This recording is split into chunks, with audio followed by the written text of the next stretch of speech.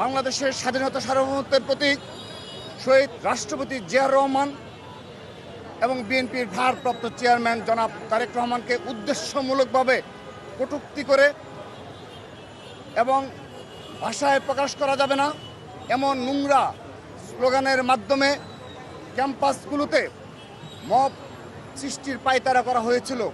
কিন্তু ছাত্রদল সহনশীলতার পরিচয় দিয়েছে। আমরা সহনশীলভাবে সেই পরিস্থিতি মোকাবেলা করেছি।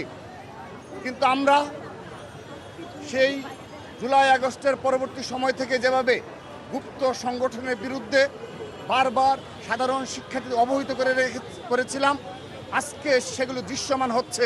সেই অদৃশ্য শক্তি দৃশ্যমান হচ্ছে যারা বাংলাদেশের স্বাধীনতা সার্বভৌমত্বে বিশ্বাস করে না এবং যারা কখনো এই দেশে যখনই অস্থিতিশীল পরিস্থিতি সৃষ্টি হয় তার সুযোগ নিয়ে তারা তাদের রাজনৈতিক ফায়দা হাসিল করে।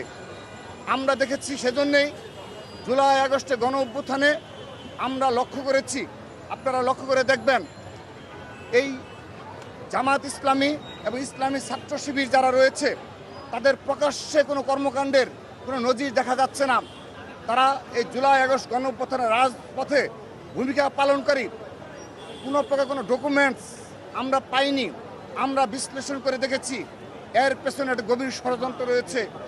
এর পেছনে রয়েছে, যদি আজ থেকে 10 বছর পরেও আওয়ামী লীগ প্রতিবেশী রাষ্ট্রের সহযোগিতায় ফিরে আসে, সেক্ষেত্রে তখন তারা এই জুলাই আগস্ট গণ অভ্যুত্থানে পুলিশ হত্যাসহ যা কিছু সংগঠিত হয়েছে তার দায়ভার এই ইসলামী ছাত্র শিবিরকে জামাত ইসলামী নেবে না।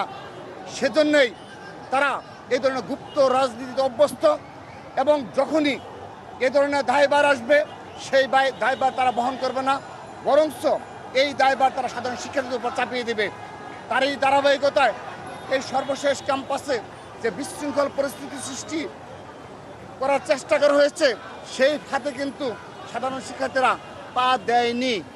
রাতের অন্ধকারে গুটি কয়েক শিক্ষার্থী শহীদ রাষ্ট্রপতি জিয়াউর রহমানের ছবিকে এবং তার সম্মানহানি করেছে, কিন্তু সাধারণ শিক্ষার্থীরা কিন্তু তাদের পক্ষে কোনো অবস্থান গ্রহণ করেনি।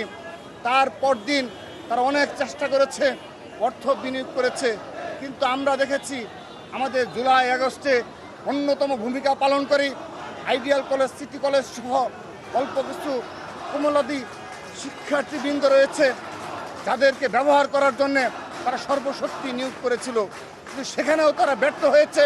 আমরা বিশ্বাস করি ছাত্র সমাজ শহীদ রাষ্ট্রপতি জিয়াউর রহমান এবং বিএনপির ভারপ্রাপ্ত চেয়ারম্যান জনাব তারেক রহমানের অবদান এবং আগামীর বাংলাদেশ বিনির্মাণে বাংলাদেশের স্বাধীনতা সার্বভৌমত্ব রক্ষায় জনাব তারেক রহমানের যে নেতৃত্ব অবশ্যম্ভাবী, সেটি ছাত্র সমাজ অনুভব করে বিদায় এই ফাঁদে তারা পা দেয়নি। কিন্তু আমরা এই বর্তমান নির্দলীয় সরকার যারা রয়েছে, আমরা মনে করছি তাদের এর পেছনে প্রত্যক্ষ এবং পরোক্ষ ইন্ধন রয়েছে, সহযোগিতা রয়েছে। তারা এখন পর্যন্ত এ ধরনের অপকর্মে কোনো নিন্দা জানায়নি, তারা কোনো দৃষ্টান্তমূলক শাস্তি ব্যবস্থা করেনি।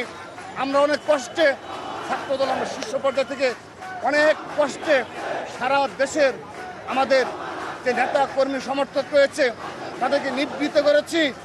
আমরা লক্ষ লক্ষ ছাত্র দলের নেতাকর্মীকে শান্ত রেখেছি, কোথাও মব সৃষ্টি করতে দেয়নি। আমাদের শীর্ষ নেতাকে নিয়ে এ ধরনের কুরুচিপূর্ণ ভাষায় স্লোগান দেওয়া হয়েছে, আমরা কোথাও মব সৃষ্টি হতে দেয়নি। আমরা শান্ত ধৈর্যশীল সময়গুলো পাড়ি দিচ্ছি।